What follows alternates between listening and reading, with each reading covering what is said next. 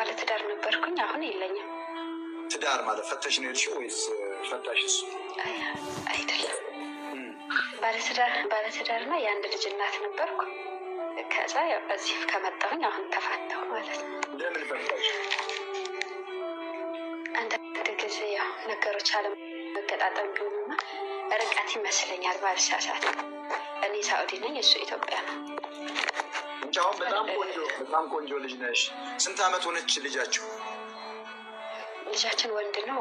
አሁን 7 አመቱ እና ወንድ ልጅ ያለችው ርቀት 8 አመቱን ይዟል። 8 አመቱ ማን ጋር ነው የሚኖረው? አባቱ ጋር ነው ወይስ አንቺ ቤተሰብ ነው? ሲኖር የጋራ ነበር የኖሩት። አባቱም ጋር ቤተሰቦች ጋር። ቤታችን ጎረቤት ለጎረቤት ነው። ያገባሁት ያሳደገኝን ነው። ጎረቤት ነን። ያሳደገኝ ከልጅነት ጀምሮ የሚያቀኝ ያሳደገኝ እየተማርኩ እያለሁ ነው። 9ኛ ክፍል እያለሁ ነው ያገባሁት። ከዛ ያሳደገኝ በእድሜ ትንሽ ይበልጥሽ ነበር ማለት ነው? ብዙ አይደለም በእድሜ የሚበልጠኝ 8 አመት ነው። ብዙ ይባላል ብዬ አላስብም። ሚስትም ቢበልጥ ምን ችግር አለ? ሚስት ብትበልጥ አሁን እኮ የኛ ፋሽን አይ አይደለም። እንዳስተዳደጋችን ነው። አስተዳደጋችን የወንድ ልጅ ከፍ ሲል የሚባሉ አባባሎች አሉ። አሁን እሱ አግብቷል? አይ አላገባም። ውሽም አለው? አላውቅም። አቷሽ ላሳርጋችሁ ውሽም አለው ሰምተሻል? አንድ ልጅ ያላቸዋ አንድ ልጅ በመካከል አለ አብሮሽ ያደገ በጣም ጥሩ። ስለዚህ ውሽማ እንዳለው ነግሮሻል? ደውለው እኛ በዚህ አይደለም የተጣላነው በራሳችን አለመግባባት። አንቺ ተጠራጥረሽ ታውቂያለሽ? አላውቅም። በጣም ነው የማምነው። ታዲያ ለምን ትፋታለች?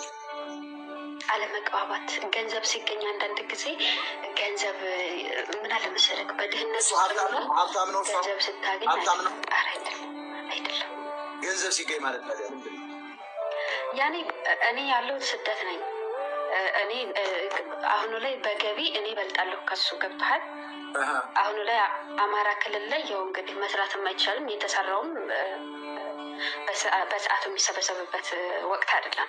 ሸዋንን አጣዬን ካወቅ እንግዲህ አጣዬ ብዙ ጊዜ ተደጋጋሚ ክስተት የሚከሰትበት ቦታ ነው።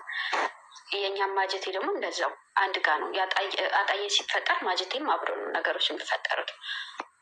እና ያው በነገሮች አለመግባባት የተሰደድኩትም ህይወትን ኑሮን ለማሸነፍ ነው። 6 አመት አብረን ኖረናል። ልክ 7ኛ አመታችን ወደፊት ሆኖ ነው ወደዚህ ልጄ 2 አመት ከ3 ወር እያለ ነው ስደት የመጣሁት። ከዛ ያው ለቤተሰቦች ቀን ቤተሰቦች ጋር ይውላል፣ ሌሊት አባቱ ጋር ነበር የሚያለው ልጃችን። ከበለጥሽው እኔ ግራ ገባኝ። አንቺ በኢኮኖሚ ከበለጥሽው አንቺ አላባረርሽው። ታዲያ እሱ ወይ ከአንቺ በልጦ ምናልባት አንቺን አልጠብቅም ምናምን ብሎ ሊሆን ይችላል ብዬ አስቤ ነበር። ታዲያ አንቺ በኢኮኖሚ ከበለጥሽው አንቺን ለምንድን ነው መፍታት የሚፈልገው? አለመግባባት። እኔ እንግዲህ እሱን ከሱ በኩል ገንዘብ አንቺ ልሽ ነበር በቶሎ አንቺ ከማለቱ በፊት እኔ የተሰደድኩት ራሱን ችሎ ለዓላማ ነው። ገብቶሃል? የተሰደድኩት ለአባቴ አይደለም ለትዳሬ ነው። አባቴ ገበሬ ነው። ነፍሱን በአጸደ ገነት ያኑርልኝ። ራሱን በደንብ የሚያስተዳድር በህይወት የለም። አባቴ 2 አመቱ ካረፈ ግን ራሱን ችሎ በደንብ ልጆቹንም ቤቱንም በደንብ የሚያስተዳድር የነበረ አባት ነው የነበረኝ። መሬት አለው፣ ገበሬ ነው። ግን እኔ በገዛ ፍቃዴ ስለነበር ያው ተማሪም ስለነበር በገዛ ፍቃዴ ስለነበር ያገባሁት ተወጪው የሚል ኃላፊነት ነበር የተጣለብኝ። እነኛ ነገሮች አብረን ሆነን ብዙ ታገልንና 6 አመት አብረን ኖርን። ከዛን ነገሮች ሁሉ የምንለውጥ አልሆን ሲል እኔ ወደ ሳኡዲ መጣሁ ልጄን ትቼ። ከዛ ይኸው እየሰራን እንግዲህ ማድረግ ያለብኝ ነገር የልጅነቴ እኮ ነው። መምህሬ ነው፣ የህይወት መምህሬ ነው። እሱን አለመውደድ አልችልም። ላስታርቃችሁ አልታረቅም። በውስጥ መስመር ላኪን ኢየሱስ ስል አልታረቅም። እንደዚህ ለምን መሰለህ ምን አለ መሰለህ እኔ እንደማዳምጪ እኔ ስሚ እኛ ከአንቺ በልጠን ወይም ከአንቺ ችግሩን አውቄያለሁ፣ እንደምትወጂ አውቄያለሁ ከአይንሽ ሁሉ። ትልቁ ደግሞ የ7 አመት 8 አመት ልጅ አላችሁ። ሁለተኛ በልጅ ያገባሽ ባለሽ ስለዚህ ስደት ብዙ ነገር ያደርጋል። እውነት ነው፣ መራራቅ ይኖራል። የኢኮኖሚ ችግር ነው ሁሉንም እያሰደድ ነው። ስለዚህ እኔ አሁን የተነገሮች ሌላ ባል እንኳ ብታገቢ ለገንዘብሽ ብሎ ነው የሚያገባሽ። ይህን ማወቅ አለብሽ። ይህን ባል ግን ብትታረቂው ለገንዘብሽ ብሎ አይደለም የሚመልስሽ። ለምን? አንደኛ የልጅነት ሚስቱ ነሽ፣ ሁለተኛ አንድ ልጅ ያላችሁ፣ ሶስተኛ መራራቅ ነው ያመጣው፣ ሶስተኛ ደግሞ የኢኮኖሚ ችግር ነው። አሁን ግን እሱም በርትቶ መስራት አለበት፣ አንቺም በርተሽ መስራት አለብሽ። ብዙ አመት ደግሞ እዚያ መቆየት የለብሽ፣ በቀጥታ መመለስ አለብሽ። የተወሰነ ገንዘብ ይዘሽ እንደገና ትዳራችሁን መቀጠል አለባቸው። እኔ እንደዚህ ነው የምመክርሽ። ሌላውን ጓደኛ አባብሎች ሊሆን ይችላል፣ ቆንጆ ስለሆንሽ እየደወሉ በቃ ተይው እሱን ያገባሻለሁ እድሜውም ምን 8 ዓመት 7 ዓመት ይበልጥሻል እያሉ የሚያሳስቱ ሴትና ወንድ ወይ ዘመድ ይኖራል። ያን በፍጹም እንዳሰሪያቸው። እኔ ግን የምመክርሽ ባልሽ ጋር እንደውም አሁን እንደወጣሽ ደውይለት። ሞታ ጋር ቀርቤ ነበር ሰላም ልለው እና የመከረኝ ምክር አእምሮዬን ኮረኮረኝ፣ አነቃቃኝ። ያለ ነገር እኔ ትክክል ነው አንተስ ምን ታስባለህ በይው። ወዲያውኑ አልቅሶ ይመጣል። እኔማ መች እንደዚህ በዚህ ባረባ ነገር ተጣላን እንጂ ምናምን ነው የሚልሽ። ስለዚህ የእውነት ማለት ነው በልብሽ አንድ ነገር ተንኮል ሰርተሽ እሱም እየሰማ ይሆናል ከታች ወይ ተቆርጦ ይደርሳል። አንዴው መፍታትም የለብን ልጃችሁን ማሳደግ፣ ሌላ ልጅ ማምጣት፣ እንደገና በኢኮኖሚ መጠናከር፣ ሌላም ስራ ደግሞ ከፈለግ ሌላ ሀገር መቀየር፣ እሱም ደግሞ ወደ አንቺ የሚመጣበት ነገር መፍጠር አለብሽ። ለምሳሌ እሱ መጥቶ እሱ ሹፌር ቢሆን ሹፍርና ለምዶ ቢሰሩ እንደገና ቤታችሁን አንድ አድርጋችሁ የራሳችሁ ቢዝነስ አረብ ሀገር ወይ ዱባይ ላይ መክፈት ትችላላችሁ። ስለዚህ እኔ የምመክርሽ ምክር ይሄ ነው። አይሆንም ካልሽ ደግሞ ምንም ማድረግ አልችልም። ምን ይመስልሽ? ምክርህን ያው ምክርህን እቀበላለሁ። ከምንም በላይ ግን ይህን ለማድረግ ብዙ ታግያለሁ። መውጣ ማለት እንደዚህ ግጭት እንዳይመጣ መለያየት እንዳይመጣ በጣም ከራሴ ጋር ብዙ ታግያለሁ፣ ብዙ ሞክሬያለሁ። እኔ ህይወትን ማለት ያው የሚያውቁኝ እዚህ ውስጥ ሊኖሩ ይችላሉ። አሁን እንዳጋጣሚ ዝም ብዬ ልጫወት ገብቼ ላይ ብላይ ሳይህ ስነካ ተቀበልከኝ። ለዛ ነው እንጂ እንዲህ ብዙ ታዋቂ አይደለም። ግን ለምንድነው ፎሎ ያደረግሽ? አንቺ እድለኛ ነሽ። ፎሎ ያላረገ ሰው በመጀመሪያ ገብቶ ሲዋላ የኛ ሚዲያውን ሰው 3,000 5,000 ሰው አለ፣ ግን ሚዲያውን ፎሎ አያደርግም። ሌላ ምንድነው ማስተላለፍ የምትፈልጊው ነገር? የከፈትኩ ላውራ ከይቅርታ ጋር እኔ ማስተላለፍ የምፈልገው ነገር አንደኛ ምን አለ መሰለክ፣ በጣም ተቃቅረህ ከልብህ ትቃቃርና አለመጣጣም ይመጣል። ትቤ መፍታህ ኦኬ ይቅርታ ብያለሁ። ግን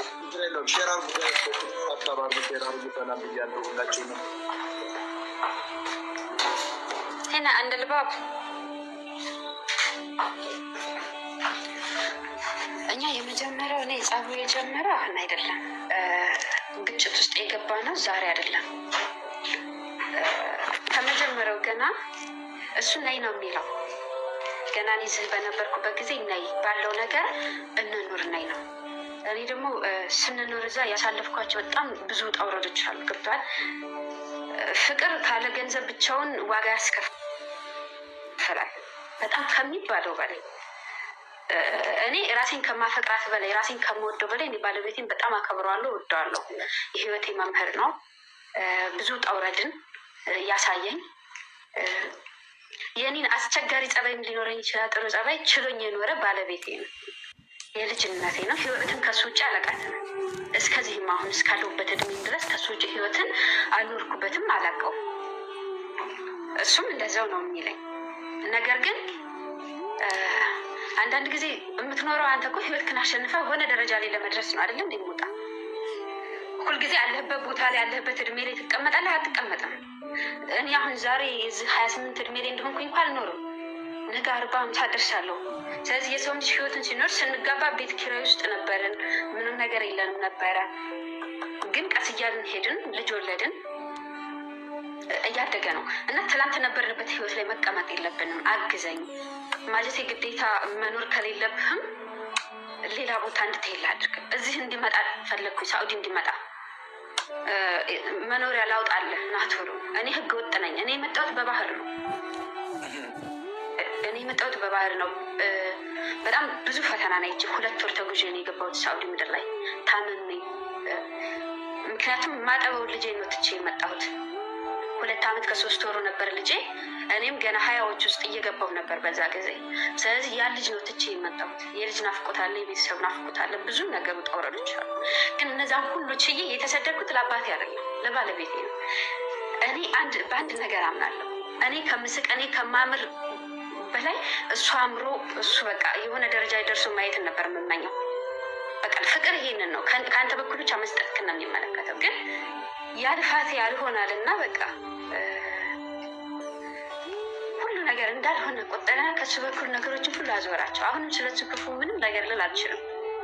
ግን በባዶ ነው የቀረሁት። እኔ 5 ዓመት የሰራሁበትን ነገር ሁሉ ሰጥቼዋለሁ። ገንዘቤን ሰጥቼዋለሁ። ሁሉ ነገሬን ሰጥቼዋለሁ። ከዛ የልጄ 7 ዓመት ነሐሴ 10 ነበረ እና ለ7 ዓመቱ ለልደቱ ደርስልሃለሁ ብዬ ቃል ገባሁለት ለልጄ። ከዛ እቃ ለቤት ውስጥ የሚያስፈልጉ እቃ ምናምን ካርጎ አደረግኩኝ ላኩኝና ነሐሴ ላይ ልገባ ፕሮሰስ ጀመርኩኝ። ከዛ ፕሮሰስ ጀምሬ ልገባ ስነሳ ቤቱን ፊኒሽንግ ጨርሶ ነበር። ቀለም ኮርኒስ ምናምን በጅብሰም ነው የሰራው። በጣም የሚያምር ቤት። ከዛ በኋላ ፊኒሽንግ ጨረሰና አንድ ጥያቄ ጠየቅኩት። በህይወቴን ጠይቄው አላውቅም። ገንዘብ የምትሰራው የት ነው የምታመሸው ምናምን በቃ አላውቅም። እኔም ህይወትን ሀብዬ የጀመርኩት ከሱ ጋር ነው። ማምላክ በምታውቀው አሁንም ከሱ ውጭ ህይወትን አላውቃትም። ወንድንም አላውቅም። እቅፍንም ቁጣንም መኖርንም የማውቀው እሱም ብቻ ነው ከ10ዎቹ ጀምሬ። ስለዚህ እሱን የማላምንበት ምንም አይነት መንገድ የለኝም። በጣም ነው የምወደው። እናትና አባቴን እንኳን የእሱን ያክል አላምናቸውም። ማለት በጣም ነው የማምነው። ራሴን የማምናትን ያክል ይሄ ምንም ደብቀው አላውቅም። ምንም በቃ አሁንም እንደዚህ ተጣልተን እንኳን እኔ ሞቼ እሱ ይኑር የሚል ስሜት ነው ያለኝ። ገብቶሃል? ፍቅር ራስ ወዳድነት እንድትሆን አያደርግህም። ለዛ ሰው ደስታ መኖርን ብቻ ነው የሚፈልገው። እና ባጃጅ የገዛሁለት በመጣው በአመት ከምናምን አካባቢ ነው። የመጣሁበትን ዕዳ ሳልከፍል ነው ባጃጅ የገዛሁለት እና በቃ አሁን በባጃጅ እየሰራ ቤቱን ፊኒሽንግ እሰራልሻለሁ አለኝ ማለት ነው። ከዛ አንቺ ለእጅሽ ምግዥውን ይዘሽ ትመጭና ሱቅ ከፍተሽ ትኖሪያለሽ አለኝ። እሺ አልኩት። ከዛ ባጃጅ ያዘ። ጦርነትም ስለሆነ ብዙ መስራት አልቻለም መሰለኝ። ግን ከሱ ጋር ባጃጅ የገዙ ቤታቸውን ማኔጅ እያደረጉ ቤታቸውን እያስተዳደሩ ነው። ገባል? ከዛ አልጠይቀውም ምን ሰራ በባጃጅ ምን ገበያ ያገኘ ምናምን አልልም። ብቻ ከጦርነት መትረፉን ነው የምጠይቀው። እንዴት ናችሁ ዛሬ ደህና ናችሁ ወይ ተረፋችሁ ወይ? ይህም ብቻ ነው ሁሌ የምጠይቀው። እና ግን ልገባ ክረምት ላይ ልገባ ስል እቃ ካርጎ አድርጊያለሁ ብያለሁ። የሴቶች እቃ ይሁን የወንድም እቃ ምናምን በቃ ካርጎ አድርጊያለሁ እዛ አስገባ ኢትዮጵያ እንዳይቸግረኝ ብዬ ለሱም የሚገባ ሰው ሳገኝ እንኳ ከዚህ ከሳውዲ ወደ ኢትዮጵያ የሚገባ ሳገኝ ለሱ ሽቶ እንዳይቀር፣ ሰዓቱ እንዳይቀር፣ ስልክ እንዳይቀር በቃ እሱ አእምሮን እንዳየው ነው የምፈልገው። አሁንም ማምላክ ካለች እሱ ደምቆ ደስታን ይስጠው። እኔ ደግሞ ሁልጊዜ ወደ ታች ልኑር። በቃ እኔ ልኑር፣ ግን ከእሱ ጋር መታረቅ አልፈልግም። እውነት የምነግርህ አባቴን በጣም ነው የምወደው አይደል? አባቴ ቢመለስ ከእሱ ጋር መታረቅ አልችልም። ይቺ የቆመችውን የሺ ያየሃት ዛሬ በመድኃኒዓለም ቸርነት ነው። እና የምንጠየቅኩት እስኪ ከቻል ካልኩት ወይ ሶፋ ወይ ፍሪጅ ወይ አልጋ አንድ ነገር ግዛልኝ። ይችን ነው እንግዲህ ይሄ ነው የጸባችን ትልቁ ዋጋ የሆነው። ልክ ክረምት ላይ ልገባ እቃውን ሁሉም ካርጎ አድርጌ ጠየቅኩት። እጄ ላይ ባዶ ነኝ። አሁን እቃ ስትልክ ብዙ ብር ይፈጃል። ምንም የላከው እቃ ብዙ ባይሆንም የ4 ወር የ5 ወር ደሞዝ የሚያዘብኝ እቃ። ከዛ በኋላ እኔ እጄ ላይ አሁን ብር የለኝም ናይ ነው የምትለው። ስለዚህ እኔ ልመጣ ቤት አለን፣ አንተ ለእጅ የምትሰራበት ባጃጅ አለ፣ መሬት አለ፣ ከዛ ላይ ቀለብ ታመጣለህ። እኔ በቃ የምፈልገው ይሄ ሴት መሆን ማለት ወንድ ስለሆንኩ ምናልባት አይገባህም። እኔ አሁን ከአሁን በኋላ ይሄን እድሜን መሆን የምፈልገው የቤት እመቤት ሴት የሆነች ሴት፣ ባሏ ልጆቿን ማኔጅ አድርጋ የምትኖር ሴት፣ ለባሏ ዘውድ መሆን የምችል ሴት ነው መሆን የምፈልገው። እስከዛሬ በጣም ብዙ ውጣ ውረዶችን ስላለብኝ አሁኑ ላይ እንደዛ አይነት ሴት ነበር መሆን የምመኝበት ጊዜ ነበር። ከዛ እኔ ከአሁን በኋላ ራስህን እንድትችል ቤትህን ማኔጅ ማድረግ እንድትችል እፈልጋለሁ። ስለዚህ አግዘኝ። እኔ ደክሞኛል፣ በቃ ሰው የለኝም እና ደክሞኛል። አባቴን በጣም ነበር የምወደው። የሚያውቁኝ ሰዎችም ይኖራሉ እዚህ የማጀቴ ልጆች አባቴን ከኔ በላይ ወደዋለሁ፣ አከብረዋለሁ። እና የአባቴ መሞት ቅስሜን ሰብሮት አልፏል። በቃ እንዳልነሳ አድርጉኝ አልፏል የአባቴ ሞት። እና ያለኝ አንተ ነህ። አሁን ባሌም ነህ፣ ወንድሜም ነህ፣ ጓደኛዬም ነህ። እና በቃ ተረዳኝ፣ ሰው ያስፈልገኛል፣ ተረዳኝ አልኩት። ከዛ እሱ ያፌዝብኝ ያዘ። በቃ እዛ በርገርሽን እየበላሽ እዛ እንደዚህ እየሆንሽ። እኔ ወፍራም ነኝ ከበፊቱም፣ ያው ዛሬም ወፍራም ነኝ፣ አልቀንስም። እግዚአብሔር በቸርነቱ ነው የሰራኝ። እና አንዳንድ ጊዜ በጣም ከምንወደው ሰው የማንጠብቀውን ቃላት ስታገኝ ከዱላ ይበልጥ ይሰብርሃል። ገብቶሃል? ዱላ ይሻላል፣ እንክትክት ታርጉሃል። ግን ቃላት ደግሞ ይበልጥ ይጎዳል። እኔ ራሴን ለመደበቅና ከአባቴ ሀዛን